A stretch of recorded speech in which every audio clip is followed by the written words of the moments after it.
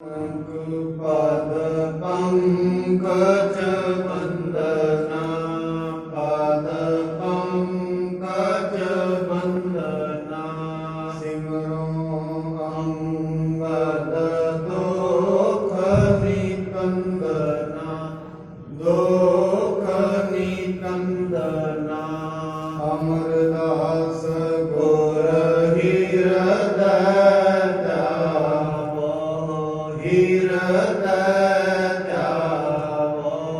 श्री गुरु रामदास गुण गावो श्री गुरु रामदास गुण गावो गुरु अर्जन विघ्न के नाशक विघ्न के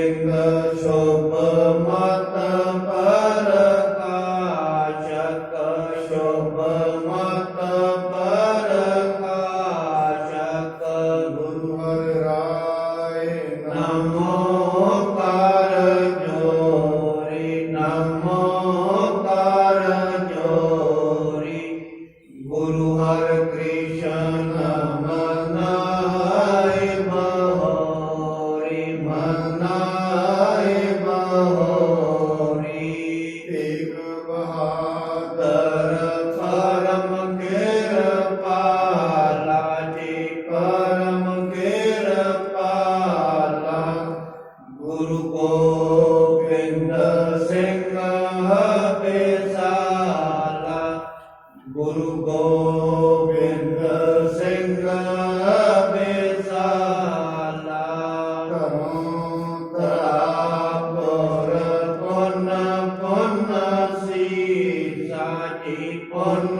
पुन सीसा बंदो बार बार जगदीशा बंदो बार बार जगदीशा। श्री गुरु ग्रंथ साहिब महाराज जी के पावन दरबार अंदर सुभाईमान सत संगी जनों आप जी संध्या वेले के दीवाना अंदर गुरु साहिब जी के इस पावन दरबार अंदर जो बैठे हो गुरु साहिब जी महाराज मनुख नूं अपनी जिंदगी दे विच मनुख का असली काम इस दुनिया ते की है और मनुख अपनी जिंदगी नूं सुचज्जे मार्ग ते किवें पा सकता है किवें उस दी जिंदगी एक सही मार्ग ते चल के आनंद की प्राप्ति मनुख कर सकता है क्योंकि दुनिया नूं छड्ड के किते बाहर जाके सच की प्राप्ति करनी ये असंभव गल है। ये तो इवें है जिवें एक मछली कहे मैं समुंदर नूं छड्ड के ते बाहर जाके समुंदर नूं वेखना चाहुंदी हां नहीं दिखेगा समुंदर नूं मछली छड्डेगी समुंदर नूं मछली उदों ही छड्ड सकती है जदों खत्म हो जाए। इस करके जे मनुख ने सच्चाई की प्राप्ति करनी है सच की प्राप्ति करनी है वो इस दुनिया दे विच रह के हो सकती है। मैं कई बारी ये सोचता हूँ साध संगत महाराज साहब अपनी बाणी कहते हैं जो उससे विचार करी दी है गुरु साहब कहते हैं दुनिया नूं छड्ड के भी कोई नहीं छड्ड सकता जे मनुख ये चाहे मैं दुनिया नूं छड्ड देवां वो दुनिया छड्ड के भी नहीं छड्ड सकता छड्डी जा ही नहीं सकती। जे फर्ज करो करनाल नूं छड्ड के हिमालय पर्वत से चला जाएगा हिमालय पर्वत भी तो दुनिया में ही है दुनिया तो बाहर से नहीं है। जो आकाश से भी चला जाएगा आकाश भी तो दुनिया के विच ही है दुनिया तो बाहर नहीं हमें आकाश में तो जीवन ही नहीं है। पर मनुख एक आदि काल तो सोचता है शायद मेरी मुश्किलों का कारण ये दुनिया है इस करके दुनिया ही छड़ देव मुश्किल खत्म हो जाएगी। नहीं, मनुख की मुश्किलों का दुखों का कारण दुनिया नहीं है, मनुख का खुद का मन है। महाराज बाणी दे विच कहंदे ने, असल दे विच असीं कहने आ कलयुग आ गया। कलयुग बाहरी तौर पर थोड़ी ना आया। महाराज बाणी के सोई चंद चढ़ है सितारे, सोई दिनियर तप्तर है, सा धरती सो पौन चुलारे, जुग जीव खेले था कैसे।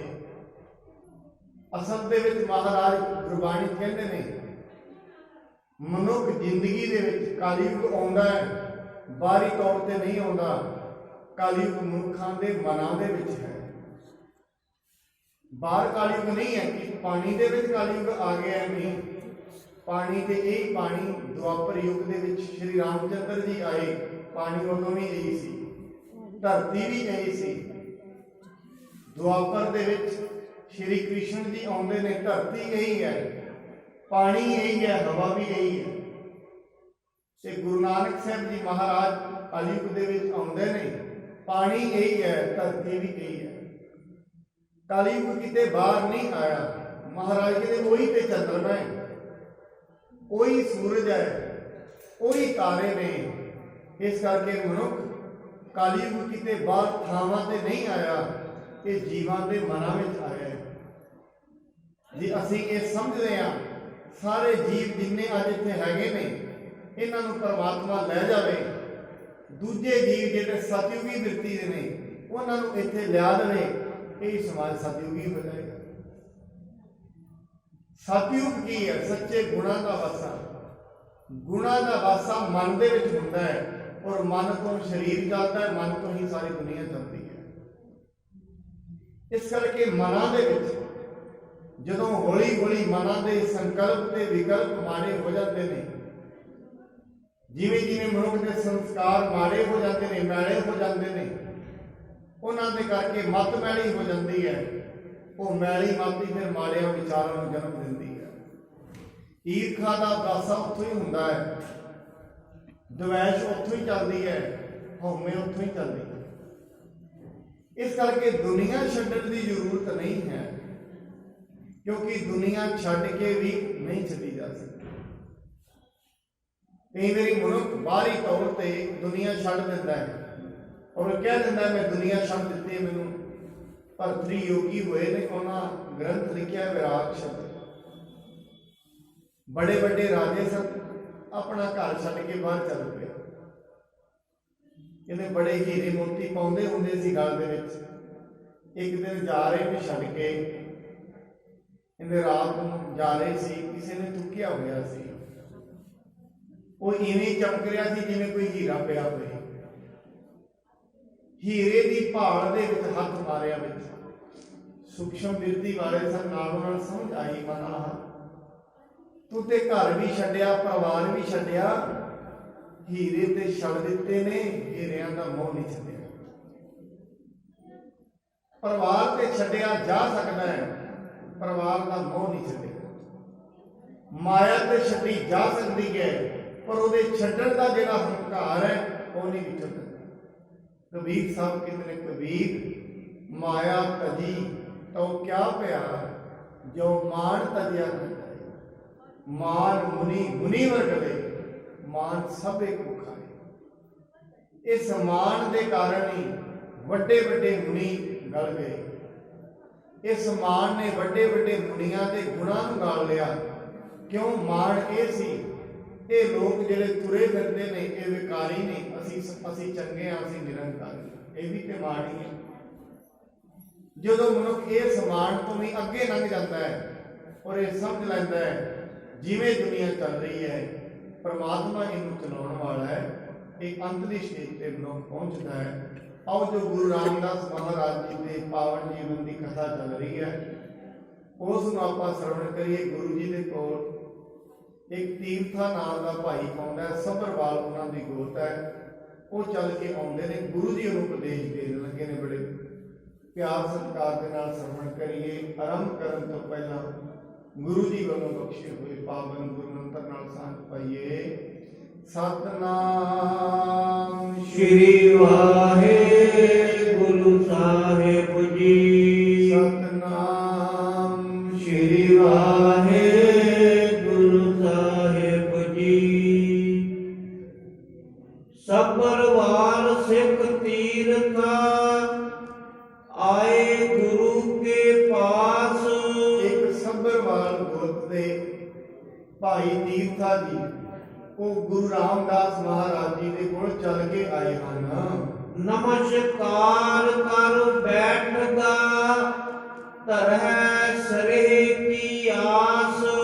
ਗੁਰੂ ਸਾਹਿਬ ਜੀ ਦੇ ਕੋਲ ਨਮਸਕਾਰ ਕਰਕੇ ਬੈਠ ਗਏ ਨੇ ਔਰ ਸੱਚੇ ਪਾਤਸ਼ਾਹ ਤੋਂ ਮੁਕਤੀ ਦੀ ਆਸ ਕਰਦੇ ਨੇ। ਕੋਈ ਐਸਾ ਉਪਦੇਸ਼ ਮੈਨੂੰ ਦੇ ਦੇਣ ਜਿਸ ਤੋਂ ਮੇਰੀ ਮੁਕਤੀ ਹੋ ਜਾਵੇ। श्री गुर मैं आयो तो सरनी सरे दे जो उपदेशो करनी। ਕਹਿੰਦੇ ਮਹਾਰਾਜ ਮੈਂ ਤੁਹਾਡੀ ਸ਼ਰਨ ਵਿੱਚ ਆਇਆ, ਤੁਹਾਨੂੰ ਵੱਡਾ ਸਮਝਿਆ ਹੈ। ਮੈਂ ਵੱਡਾ ਸਮਝੀਏ ਕਿਉਂਕਿ ਜਦੋਂ ਤੇ ਮਨੁੱਖ ਕਿਸੇ ਨੂੰ ਵੱਡਾ ਨਹੀਂ ਸਮਝੇਗਾ ਉਦੋਂ ਤੇ ਮੁਕਤੀ ਮਿਲੇਗੀ। ਜੇ ਆਪਣੇ ਤੋਂ ਵੱਡਾ ਸਮਝੇਗਾ ਫਿਰ ਹੀ ਉਹਦੇ ਵਿਚਾਰਾਂ ਨੂੰ ਆਪਣੀ ਜ਼ਿੰਦਗੀ ਵਿੱਚ ਲਾਗੂ ਕਰੇਗਾ, ਉਸ ਤੋਂ ਪਹਿਲਾਂ ਨਹੀਂ।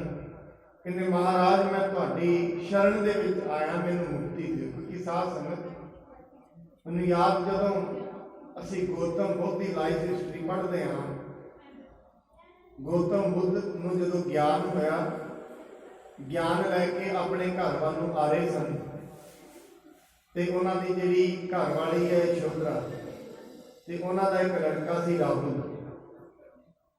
ਯਸ਼ੋਧਰਾ ਕਹਿੰਦੀ ਹੈ ਰਾਹੁਲ ਨੂੰ, ਤੇਰੇ ਪਿਤਾ ਬੜੇ ਸਾਲਾਂ ਬਾਅਦ ਘਰ ਆ ਰਹੇ ਨੇ, ਤੂੰ ਇੱਕ ਹੀ ਗੱਲ ਉਹਨਾਂ ਤੋਂ ਮੰਗੀ। ਕਹਿੰਦੇ ਜੋ ਵੀ ਤੁਸੀਂ ਕਮਾਇਆ ਹੈ ਮੈਨੂੰ ਉਹਦਾ ਵਾਰਸ ਬਣਾ ਦਿਓ। ਜੋ ਵੀ ਤੁਸੀਂ ਕਮਾਇਆ ਬਸ ਮੈਨੂੰ ਇਹ ਵਾਰ ਦਿਓ, ਜੋ ਤੁਸੀਂ ਕਮਾਇਆ ਹੈ ਉਹਦਾ ਜਿਹੜਾ ਅੱਗੇ ਵਾਰਸ ਹੋਏਗਾ ਉਹ ਮੈਂ ਬਣਾਂਗਾ।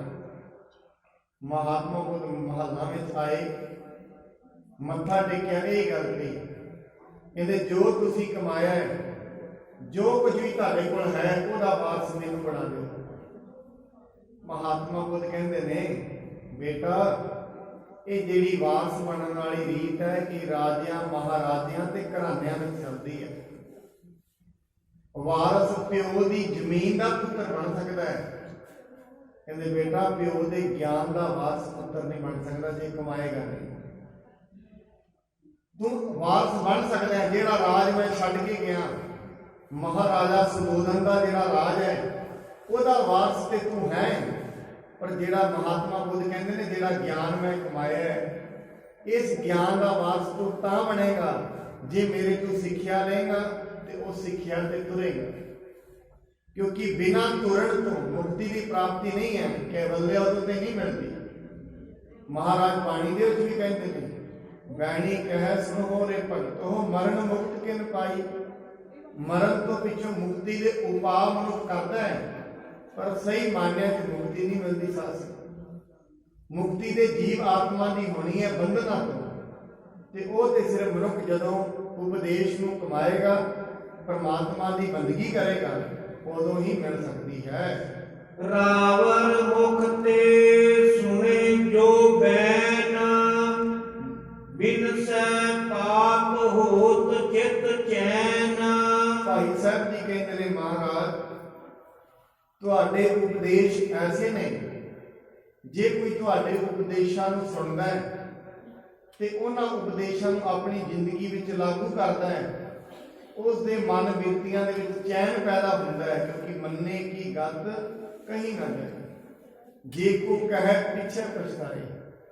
ਜਿਹੜੇ ਮੰਨ ਲੈਂਦੇ ਹਨ ਉਹਨਾਂ ਦੀ ਕਿੰਨੀ ਵੱਡੀ ਅਵਸਥਾ ਤੇ ਉਹ ਪਹੁੰਚ ਜਾਂਦੇ ਨੇ, ਇਹ ਕਿਹਾ ਨਹੀਂ ਜਾ ਸਕਦਾ ਹੈ। ਤਬ ਸ੍ਰੀ ਰਾਮਦਾਸ ਉਪਦੇਸਾ ਸੱਚ ਸਮ ਅਪਰ ਨ ਪੁੰਨ ਵਿਸ਼ੇਸਾ। ਗੁਰੂ ਰਾਮਦਾਸ ਮਹਾਰਾਜ ਕਹਿਣ ਲੱਗੇ, ਕਹਿੰਦੇ ਭਾਈ ਫਿਰ ਇੱਕ ਗੱਲ ਯਾਦ ਰੱਖੋ, ਪ੍ਰਥਮ ਉਪਦੇਸ਼ ਹੈ ਸੱਚ ਦੇ ਸਮਾਨ ਕੋਈ ਵੀ ਪੁੰਨ ਨਹੀਂ। ਸੱਚ ਨੂੰ ਕਮਾਉਣਾ, ਸੱਚ ਦੇ ਵਿੱਚ ਸਮਾ ਜਾਣਾ, ਇਹ ਸਾਰਿਆਂ ਧਰਮਾਂ ਦਾ ਮੁੱਖ ਉਪਦੇਸ਼ ਹੈ। ਜੇ ਮਨੁੱਖ ਦੇ ਕੋਲ ਸੱਚ ਦੀ ਪ੍ਰਾਪਤੀ ਨਹੀਂ ਹੈ, ਸੱਚ ਉਹਦੇ ਅੰਦਰ ਨਹੀਂ ਹੈ, ਬਾਹਰੋਂ ਕੁਝ ਹੋਰ ਹੈ, ਅੰਦਰੋਂ ਕੁਝ ਹੋਰ ਹੈ, ਉਦੋਂ ਤੇ ਸੱਚ ਦੀ ਪ੍ਰਾਪਤੀ ਨਹੀਂ। ਜਦੋਂ ਤੇ ਮਨੁੱਖ ਦੇ ਅੰਦਰ ਡਰ ਨੇ, ਤੋਖਲੇ ਨੇ, ਭੈ ਹੈ, ਉਦੋਂ ਤੇ ਸੱਚ ਦੀ ਪ੍ਰਾਪਤੀ ਨਹੀਂ। ਇਸ ਕਰਕੇ ਗੁਰੂ ਰਾਮਦਾਸ ਮਹਾਰਾਜ ਕਹਿੰਦੇ ਕਿ ਭਾਈ ਸੱਚ ਦੇ ਸਮਾਨ ਕੋਈ ਵੀ ਤਪ ਨਹੀਂ ਹੈ ਔਰ ਝੂਠ ਦੇ ਸਮਾਨ ਕੋਈ ਵੀ ਪਾਪ ਨਹੀਂ ਹੈ। सच स्वरूप परमेश्वर केरा, सच ते पाया है साच बसेरा।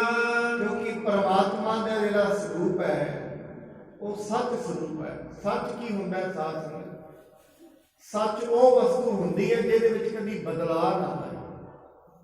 ये दुनिया है, ਇਹਦੇ ਵਿੱਚ ਬਦਲਾਅ ਹੈ। ਅੱਜ ਪੇੜ ਪੌਦੇ ਉਗਦੇ ਨੇ, ਖਤਮ ਹੋ ਜਾਣਗੇ, ਧਰਤੀ ਬਣੀ ਹੈ, ਖਤਮ ਹੋ ਜਾਏਗੀ। ਇਹ ਸੱਚ ਨਹੀਂ ਹੈ। ਸੱਚ ਉਹ ਚੀਜ਼ ਹੁੰਦੀ ਹੈ ਜਿਹਦੇ ਵਿੱਚ ਬਦਲਾਅ ਨਾ ਹੋਵੇ, ਜੋ ਸਦਾ ਇੱਕਸਾਰ ਹੋਏ। ਕਿ ਦੁਨਿਆਵੀ ਤੌਰ ਤੇ ਅਸੀਂ ਸੱਚ ਬੋਲਦੇ ਹਾਂ ਕਿ ਫਲਾਣੀ ਚੀਜ਼ ਉਸ ਮਨੁੱਖ ਨੇ ਕਹੀ ਹੈ, ਹਾਂ ਮੈਂ ਵੀ ਇਹ ਸੁਣੀ ਹੈ, ਭਾਵ ਜੋ ਉਹਨੇ ਕਿਹਾ ਹੈ ਮੈਂ ਵੀ ਸੁਣਿਆ, ਉਹ ਸੱਚ ਹੈ। ਉਹ ਸੱਚ ਨਹੀਂ, ਉਹ ਤੇ ਸਿਰਫ ਦੁਨੀਆ ਦਾ ਸੱਚ ਹੈ। ਇਹ ਜਿਹੜੇ ਸੱਚ ਦੀ ਗੱਲ ਹੈ, ਇਹ ਉਹ ਸੱਚ ਹੈ ਜਿਹੜਾ ਵਿਨਾਸ਼ ਨਹੀਂ ਹੁੰਦਾ, ਹਰੇਕ ਮਨੁੱਖ ਦੇ ਅੰਦਰ ਹੈ। ਜਦੋਂ ਮਨੁੱਖ ਦੀ ਸੁਰਤ ਉਸ ਸੱਚ ਤੇ ਪਹੁੰਚ ਜਾਂਦੀ, ਜਿਹਨੂੰ ਅਸੀਂ ਸ਼ਬਦ ਕਹਿੰਦੇ ਹਾਂ, ਉਹਦੇ ਵਿੱਚ ਪਹੁੰਚ ਜਾਂਦੀ ਹੈ, ਉਸ ਸੱਚ ਦੇ ਵਿੱਚ, ਫਿਰ ਮਨੁੱਖ ਦੇ ਅੰਦਰ ਸਿਰਫ ਆਨੰਦ ਰਹਿ ਜਾਂਦਾ ਹੈ।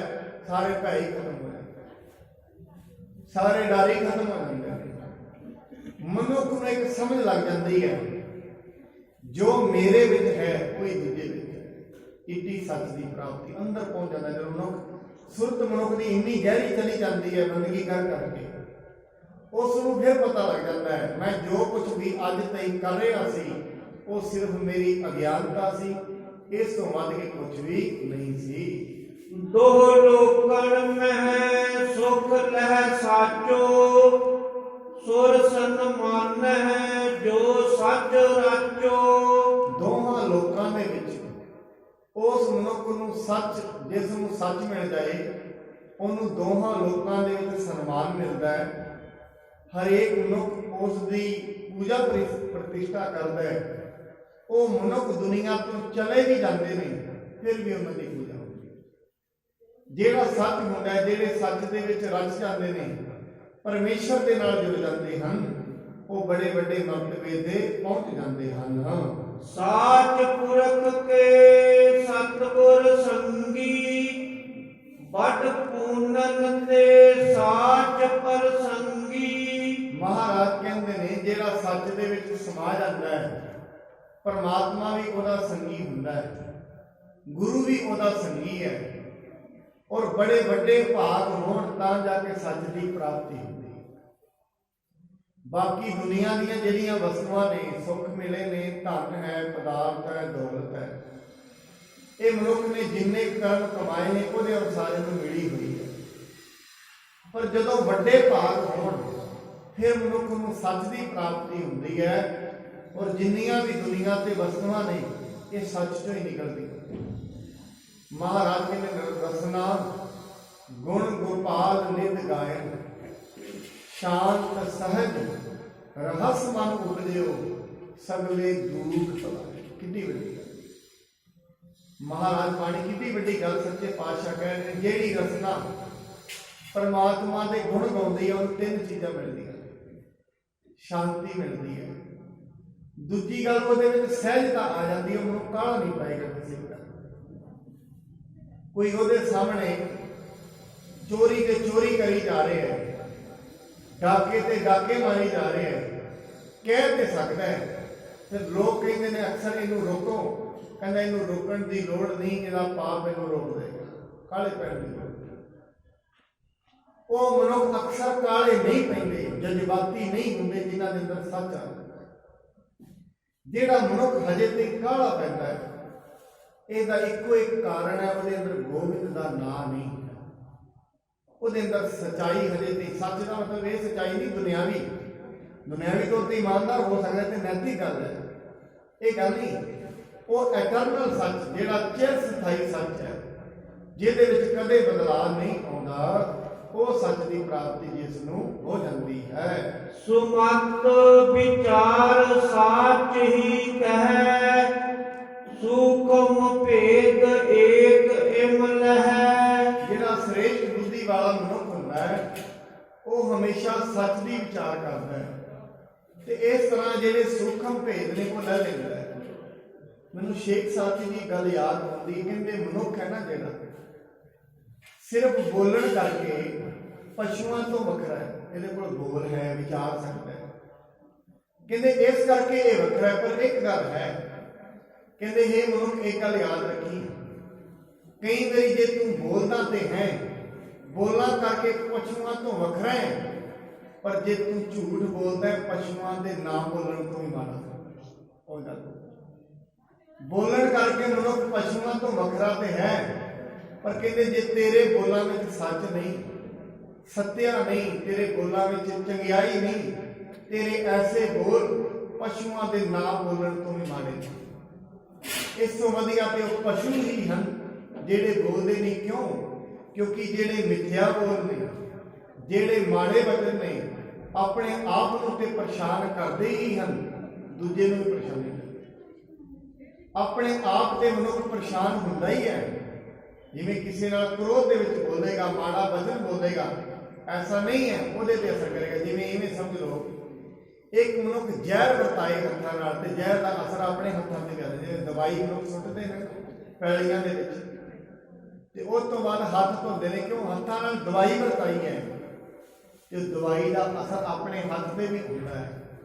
ਔਰ ਜੇ ਕਈ ਵਾਰੀ ਦਵਾਈ ਜ਼ਿਆਦਾ ਮਾਤਰਾ ਦੀ ਹੋਏ, ਆਪਣੇ ਆਪ ਨੂੰ ਚੜ੍ਹ ਕੇ ਖਤਮ ਵੀ ਕਰ ਦਿੰਦੀ ਹੈ। ਇਵੇਂ ਮਨੁੱਖ ਜੇ ਈਰਖਾ ਦੇ ਵਿੱਚ ਮਾੜੇ ਵਚਨ ਬੋਲਦਾ ਹੈ, ਨਿੰਦਿਆ ਕਰਦਾ ਹੈ, ਚੁਗਲੀ ਕਰਦਾ ਹੈ, ਕਹਿੰਦੇ ਹੇ ਮਨੁੱਖ ਇਹ ਗੱਲ ਯਾਦ ਰੱਖੀ, ਜਿਵੇਂ ਜ਼ਹਿਰ ਵਰਤਾਉਣ ਵਾਲਾ ਮਨੁੱਖ, ਜ਼ਹਿਰ ਵਰਤਾਉਣ ਵਾਲਾ ਮਨੁੱਖ ਹੁੰਦਾ ਹੈ ਜਿਹੜਾ, ਉਹ ਦੂਜਿਆਂ ਨੂੰ ਜ਼ਹਿਰ ਵਰਤਾਉਂਦਾ ਹੈ, ਉਹ ਜ਼ਹਿਰ ਦਾ ਅਸਰ ਉੱਤੇ ਵੀ ਆਉਂਦਾ ਹੈ। ਕਹਿੰਦੇ ਇਵੇਂ ਜੇ ਤੂੰ ਝੂਠ ਬੋਲਦਾ ਹੈ, ਉਹ ਅਸਰ ਤੇਰੇ ਤੇ ਵੀ ਆਏਗਾ, ਮਾੜਾ ਬੋਲਦਾ ਹੈ ਤੇਰੇ ਤੇ ਵੀ ਆਏਗਾ।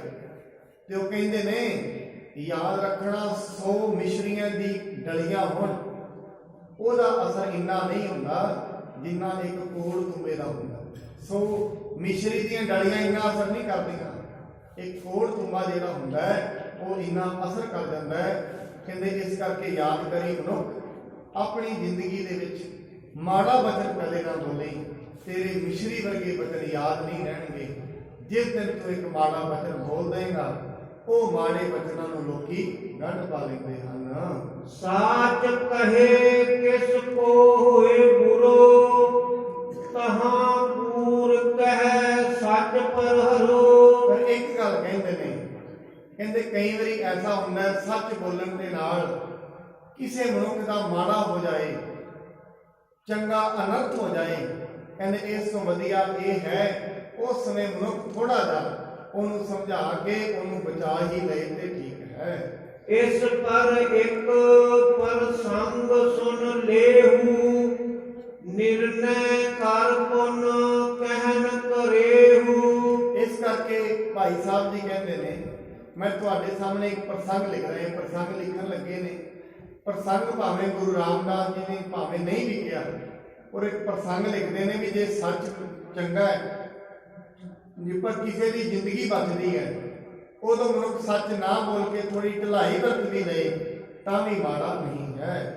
ਤਿਰਿਓ ਸਾਧ ਇੱਕ ਨ੍ਰਿਪ ਕੇ ਦੁਆਰੇ, ਬੈਠੇ ਕੇਤਕ ਮਾਸ ਗੁਜ਼ਾਰੇ। ਕਹਿੰਦੇ ਇੱਕ ਜਿਹੜਾ ਮਨੁੱਖ ਸੀ, ਇੱਕ ਸਾਧੂ ਰਾਜੇ ਦੇ ਦਰਬਾਰ ਦੇ ਵਿੱਚ ਬੈਠਾ ਹੋਇਆ ਸੀ, ਬੜੇ ਸਮੇਂ ਤੋਂ ਰਾਜੇ ਦੇ ਦਰਵਾਜ਼ੇ ਦੇ ਅੱਗੇ ਬੈਠਾ ਰਹਿੰਦਾ ਸੀ। ਸੋ ਨ੍ਰਿਪ ਪੁੱਤਰ ਵਿਆਹੂ ਕਰ ਆਇਓ, ਸਰਬ ਪ੍ਰਕਾਰ ਉਚਾਹੂ ਵਿਆਇਓ।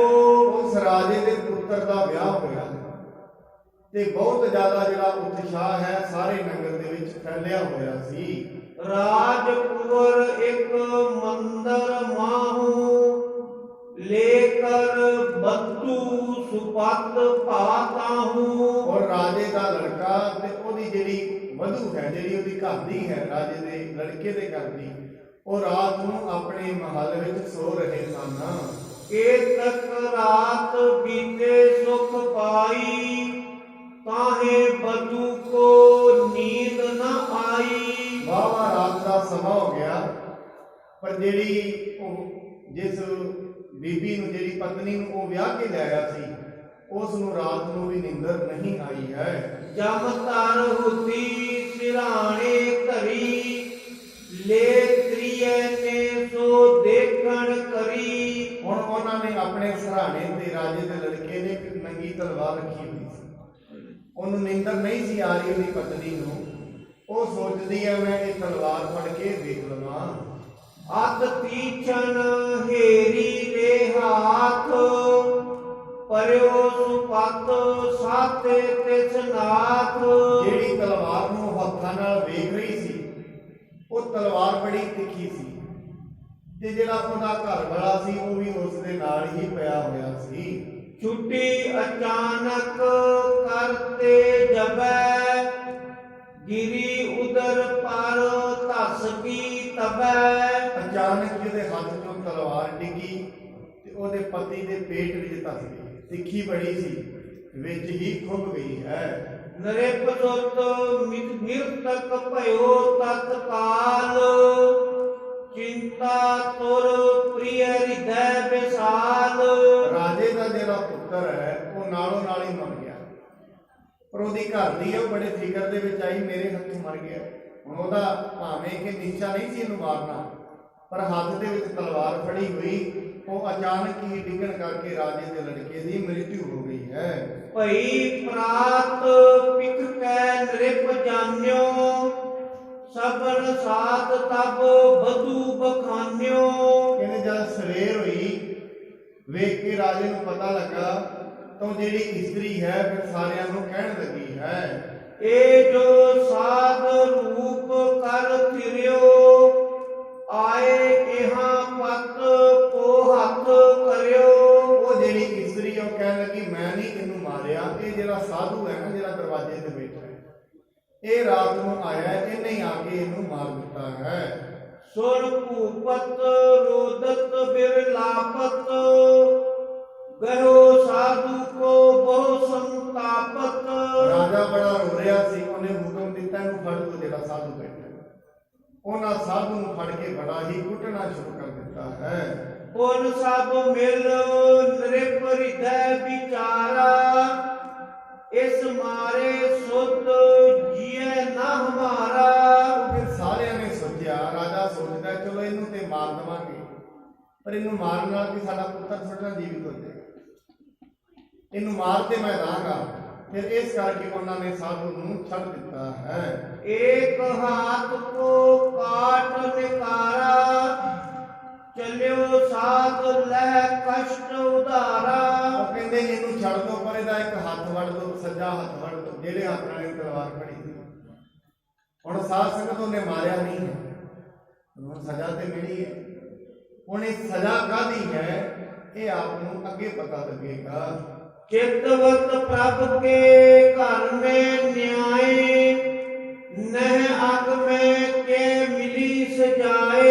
ਉਹ ਕਹਿੰਦਾ ਸਾਧੂ ਰੱਬ ਦੇ ਘਰ ਵਿੱਚ ਨਿਆਂ ਦੇ ਹੈ, ਮੈਂ ਤੇ ਕੁਝ ਕੀਤਾ ਹੀ ਨਹੀਂ, ਨਾ ਮਾਰਿਆ ਬਿਨਾਂ ਗੱਲ ਤੋਂ ਮੈਨੂੰ ਫੜ ਲਿਆ, ਪਰ ਇਹ ਜਿਹੜੀ ਸਜ਼ਾ ਮੈਨੂੰ ਮਿਲੀ ਹੈ ਮੇਰੇ ਕਿਹੜੇ ਕਰਮਾਂ ਦੀ ਮਿਲੀ ਹੈ। मोहे साथ अन्याय कियो हर, एव विचार चिंता बड़ और धर। ਕਹਿੰਦਾ ਰੱਬ ਨੇ ਮੇਰੇ ਨਾਲ ਅਨਿਆਂ ਕੀਤਾ, ਇਹ ਬਿਨਾਂ ਗੱਲ ਦਾ ਹੀ ਅਨਿਆਂ ਮੇਰੇ ਨਾਲ ਕੀਤਾ, ਚਿੰਤਾ ਬੜੀ ਹੈ। ਕਹਿੰਦੇ ਮੈਂ ਕੁਝ ਕੀਤਾ ਵੀ ਨਹੀਂ, ਬਿਨਾਂ ਗੱਲ ਤੋਂ ਮੇਰੇ ਨਾਲ ਅਨਿਆਂ ਹੋ ਗਿਆ। ਵਾਅਦਾ ਕੀਤਾ ਪ੍ਰਮਾਤਮਾ ਨੇ, ਇਹ ਮੇਰੇ ਨਾਲ ਵਾਅਦਾ ਕਿਉਂ ਕੀਤਾ ਹੈ। सुनियो बसै दिस कांसी माहे, प्रथम जन्म की सुध को प्राहे। ਉਸਨੇ ਸਾਧੂ ਨੇ ਸੁਣਿਆ ਕਾਸ਼ੀ ਦੇ ਵਿੱਚ ਇੱਕ ਪੰਡਤ ਜੀ ਰਹਿੰਦੇ ਨੇ, ਬ੍ਰਾਹਮਣ ਰਹਿੰਦਾ ਹੈ, ਜਿਹੜਾ ਪਿਛਲੇ ਜਨਮਾਂ ਦੇ ਕਰਮਾਂ ਬਾਰੇ ਵੀ ਦੱਸ ਦਿੰਦਾ ਹੈ। ਉਹ ਸੋਚਦਾ ਮੈਨੂੰ ਹੁਣ ਉਸਦੇ ਕੋਲ ਜਾ ਕੇ ਹੀ ਪਤਾ ਕਰਨਾ ਚਾਹੀਦਾ ਹੈ। कर्म विपाक सो ग्रंथ विचारै, दुख सुख को सब हेत उचारै। ਉਹ ਇੱਕ ਕਰਮਾਂ ਦੇ ਉੱਤੇ ਗ੍ਰੰਥ ਹੈ, ਕਰਮ ਵਿਭਾਗ। ਮੈਂ ਸਾਧ ਸੰਗਤ ਬੜੀ ਵਾਰੀ ਬੇਨਤੀ ਕੀਤੀ ਮਨੁੱਖ ਦੇ ਕਰਮਾਂ ਤੋਂ ਜੋ ਉਹ ਕਰ ਰਿਹਾ ਉਹਦੇ ਲੱਛਣਾਂ ਤੋਂ ਪਤਾ ਲੱਗ ਸਕਦਾ ਹੈ ਕਿ ਪਿਛਲੇ ਜਨਮ 'ਚ ਕੀ ਸੀ, ਕੀ ਇਹ ਕਰਦਾ ਹੈ। ਔਰ ਜੋ ਹੁਣ ਕਰ ਰਿਹਾ ਇਹ ਤੋਂ ਇਹ ਵੀ ਪਤਾ ਲੱਗ ਸਕਦਾ ਹੈ ਅਗਲੇ ਜਨਮ 'ਚ ਇਹਦੇ ਲੱਛਣ ਕੀ ਹੋਣਗੇ, ਕਿੱਥੇ ਜਾਏ। ਵੈਸੇ ਜਿਹੜੇ ਮਨੁੱਖ ਥੋੜੇ ਗੰਭੀਰ ਹੋ ਜਾਂਦੇ ਨੇ, ਆਤਮ ਗਿਆਨੀ ਹੋ ਜਾਂਦੇ ਨੇ, ਉਹਨਾਂ ਨੂੰ ਤਾਂ ਪਤਾ ਲੱਗ ਜਾਂਦਾ ਹੈ। ਉਹ ਤੇ ਮਸਤਕ ਦੀਆਂ ਰੇਖਾਵਾਂ ਤੋਂ ਹਿਸਾਬ ਲਗਾ ਦਿੰਦੇ ਨੇ ਪਿੱਛੇ ਕਿੱਥੇ ਸੀ। ਮੈਂ ਜਿਵੇਂ ਆਪ ਜੀ ਨੂੰ ਪਹਿਲਾਂ ਵੀ ਦੱਸਿਆ ਹੈ, ਗੁਰੂ ਨਾਨਕ ਸਾਹਿਬ ਜੀ ਮਹਾਰਾਜ ਦੇ ਟਾਈਮ ਇੱਕ ਸਿੱਖ ਹੋਇਆ ਮੂਲਾ ਖੱਤਰੀ। ਉਹ ਗੁਰੂ ਨਾਨਕ ਸਾਹਿਬ ਜੀ ਦੇ ਨਾਲ ਪਹਿਲੀ ਉਦਾਸੀ ਦੇ ਵਿੱਚ ਨਾਲ ਗਿਆ। ਉਹ ਜਦੋਂ ਮਹਾਰਾਜ ਆਏ ਦੁਬਾਰਾ, ਮਹਾਰਾਜ ਨੇ ਜਾਣਾ ਸੀ, ਸੋਚਦੇ ਨੇ ਮੂਲੇ ਨੂੰ ਵੀ ਨਾਲ ਲੈ ਚੱਲੀਏ। ਮਹਾਰਾਜ ਦੇ ਘਰ ਗਏ, ਮਹਾਰਾਜ ਨੇ ਆਵਾਜ਼ ਲਾਈ ਤੇ ਘਰ ਦੀ ਨੂੰ ਪਤਾ ਲੱਗਿਆ ਵੀ ਗੁਰੂ ਨਾਨਕ ਸਾਹਿਬ ਆ ਰਹੇ ਨੇ। ਉਹ ਸੋਚਦੀ ਹੈ ਪਹਿਲਾਂ ਹੀ 2 ਸਾਲ ਘਰ ਨਹੀਂ ਆਏ, ਹੁਣ ਫਿਰ ਗੁਰੂ ਨਾਨਕ ਸਾਹਿਬ ਆ ਗਏ, ਹੁਣ ਨਾਲ ਲੈ ਕੇ ਫਿਰ ਵੀ 2-4 ਸਾਲ ਆਉਣਾ। ਉਹਨੂੰ ਕਹਿੰਦੀ ਹੈ ਤੂੰ ਰੁਕ ਜਾ ਪਿੱਛੇ ਜਾ ਕੇ। ਆਪਣੇ ਘਰ ਦੇ ਵਿੱਚ ਹੀ ਪਿੱਛੇ ਲੁਕਾ ਦਿੱਤਾ ਭਾਈ ਮੂਲੇ ਨੂੰ। ਮੂਲਾ ਜਾ ਕੇ ਪਿੱਛੇ ਲੁਕ ਗਿਆ। ਗੁਰੂ ਨਾਨਕ ਸਾਹਿਬ ਨੇ ਆਵਾਜ਼ ਲਾਈ, ਮੁੱਲਿਆ ਆ ਜਾ ਚੱਲੀਏ। ਪਰ ਸਾਧ ਸੰਗਤ ਦੇਖੋ ਕਰਮ ਦੀ ਗੱਲ ਹੈ। ਆਪ ਨਾਰਾਇਣ ਕਲਾ ਧਾਰ ਜਗ ਮਹਿ ਪਰਵਰਿਓ। ਆਪ ਉਹ ਗੁਰੂ ਆਵਾਜ਼ ਲਗਾਉਣ ਉਸ ਨੂੰ ਆਇਆ। ਪਰ ਜਦੋਂ ਕਰਮ ਮਨੁੱਖ ਦੇ ਮਾੜੇ ਹੋਣ ਉਦੋਂ ਆਵਾਜ਼ਾਂ ਨਹੀਂ ਸੁਣਦੀਆਂ ਗੁਰੂ ਦੀ। ਮੈਂ ਬੜੀ ਵਾਰੀ ਬੇਨਤੀ ਕੀਤੀ, ਸਾਧ ਸੰਗਤ ਕਿੱਡੇ ਵੱਡੇ ਸਪੀਕਰ ਚੱਲਦੇ ਨੇ ਮੰਦਿਰਾਂ ਦੇ, ਮਸਜਿਦਾਂ ਦੇ, ਗੁਰਦੁਆਰਿਆਂ ਦੇ, ਬਾਈਬਲ ਦੀ ਕਥਾ ਹੁੰਦੀ ਹੈ, ਕਿੱਡੇ ਵੱਡੇ ਵੱਡੇ ਪੰਡਾਲ ਲੱਗਦੇ ਨੇ। ਹੁਣ ਇਹਦੇ ਵਿੱਚ ਇਹ ਨਹੀਂ ਪਤਾ ਕਮੀ ਕਿਹਦੀ ਹੈ, ਸੁਣਾਉਣ ਵਾਲੇ ਦੀ ਕਮੀ ਕਿ ਸੁਣਨ ਵਾਲੇ ਦੀ ਕਮੀ। ਕਿੱਡੇ ਵੱਡੇ ਵੱਡੇ ਪੰਡਾਲ ਨੇ, ਸੱਚ ਦੀਆਂ ਕਥਾਵਾਂ ਚੱਲਦੀਆਂ ਨੇ, ਦੱਸਿਆ ਜਾਂਦਾ ਹੈ ਮਨੁੱਖ ਨੇ ਕੀ ਕਰਨਾ ਹੈ ਕੀ ਨਹੀਂ ਕਰਨਾ ਹੈ, ਪਰ ਮਨੁੱਖ ਨੂੰ ਕੀ ਸੁਣਾਈ ਨਹੀਂ ਦੇ ਰਿਹਾ, ਇਗਨੋਰ ਕਰ ਰਿਹਾ। ਮਨੁੱਖ ਸੱਚ ਨੂੰ ਇਗਨੋਰ ਕਰ ਰਿਹਾ। ਪਰ ਇਹਦਾ ਮਤਲਬ ਇਹ ਨਹੀਂ ਹੈ ਜੇ ਇਹ ਇਗਨੋਰ ਕਰੇਗਾ ਤੇ ਇਹਦੀ ਸਜ਼ਾ ਇਹਨੂੰ ਨਹੀਂ ਮਿਲੇਗੀ, ਐਸਾ ਨਹੀਂ ਹੈ। ਕਈ ਵਾਰੀ ਉਦਾਹਰਨ ਲੈਣਾ, ਜਿਵੇਂ ਰੈੱਡ ਲਾਈਟ ਤੇ ਜਾਈਏ ਨਾ, ਰੈੱਡ ਲਾਈਟ ਨੂੰ ਤੋੜਨ ਦਾ ਕਿੰਨਾ ਵੱਡਾ ਚਲਾਨ ਹੈ। ਜੇ ਅਸੀਂ ਉਹਨੂੰ ਕ੍ਰੋਸ ਕਰ ਜਾਈਏ ਕਿ ਪੁਲਿਸ ਵਾਲੇ ਫੜ ਲੈਣ। ਜਿਵੇਂ ਉਹ ਗੱਡੀ ਖਿਲਾ ਗਿਆ ਕਿ ਮੈਨੂੰ ਤੇ ਪਤਾ ਹੀ ਨਹੀਂ ਸੀ ਰੈੱਡ ਲਾਈਟ ਕੀ ਹੁੰਦੀ ਹੈ, ਉਹ ਕਹਿੰਦਾ ਸਾਡੀ ਜ਼ਿੰਮੇਵਾਰੀ ਦੱਸਣਾ ਨਹੀਂ ਹੈ। ਇਹਦੇ ਬਾਰੇ ਜੇ ਪਤਾ ਕਰਨਾ ਪਹਿਲਾਂ ਉੱਥੇ ਕਿਤਾਬ ਲੈ, ਕਿਤਾਬ ਪੜ੍ਹ, ਸਕੂਲ ਚੋਂ ਪਤਾ ਲੱਗਦਾ, ਡਰਾਈਵਿੰਗ ਸਕੂਲ ਚੋਂ। ਇਹ ਤੇ ਓਫੈਂਸ ਹੈ, ਇੱਕ ਤੂੰ ਪਾਪ ਕਮਾ ਚੁੱਕਿਆ, ਇਹਦੀ ਤੇ ਸਜ਼ਾ ਹੁਣ ਤੈਨੂੰ ਮਿਲੇਗੀ ਮਿਲੇਗੀ। ਇੱਕ ਤੇ ਉਹ ਹੈ ਜਿਹਨੂੰ ਪਤਾ ਹੀ ਨਹੀਂ, ਇੱਕ ਉਹ ਹੈ ਜਿਹਨੂੰ ਪਤਾ ਹੈ। ਸਜ਼ਾ ਦੋਵਾਂ ਨੂੰ ਬਰਾਬਰ ਮਿਲੇਗੀ। ਇਹ ਨਹੀਂ ਜਿਹਨੂੰ ਪਤਾ ਨਹੀਂ ਉਹਨੂੰ ਨਹੀਂ ਮਿਲੇਗੀ। ਇਹਦੇ ਵਿੱਚ ਪਰਮਾਤਮਾ ਦਾ ਕਸੂਰ ਨਹੀਂ ਹੈ, ਕਸੂਰ ਉਹਦਾ, ਉਹ ਕਿਉਂ ਨਹੀਂ ਸੰਗਤ ਵਿੱਚ ਗਿਆ। ਕਸੂਰ ਤੇ ਉਹਦਾ, ਰੱਬ ਨੇ ਤੇ ਸਾਰੇ ਦਰਵਾਜ਼ੇ ਖੋਲ੍ਹੇ ਨੇ। ਮਨੁੱਖ ਕੁਛ ਵੀ ਕਰਦਾ ਕਿ ਦੁਨੀਆ ਵਿੱਚ ਫਿਰ ਰਿਹਾ, ਕੁਛ ਵੀ ਕਰੇ, ਭਾਵੇਂ ਸਾਰੀ ਉਮਰ ਸੌਂ ਕੇ ਲੰਘਾ ਦੇ, ਭਾਵੇਂ ਸਾਰੀ ਉਮਰ ਖਾਂਦਿਆਂ ਲੰਘਾ ਦੇ, ਭਾਵੇਂ ਸਾਰੀ ਉਮਰ ਪਰਮੇਸ਼ਰ ਦੇ ਨਾਮ ਤੇ ਲੰਘਾ ਦੇ।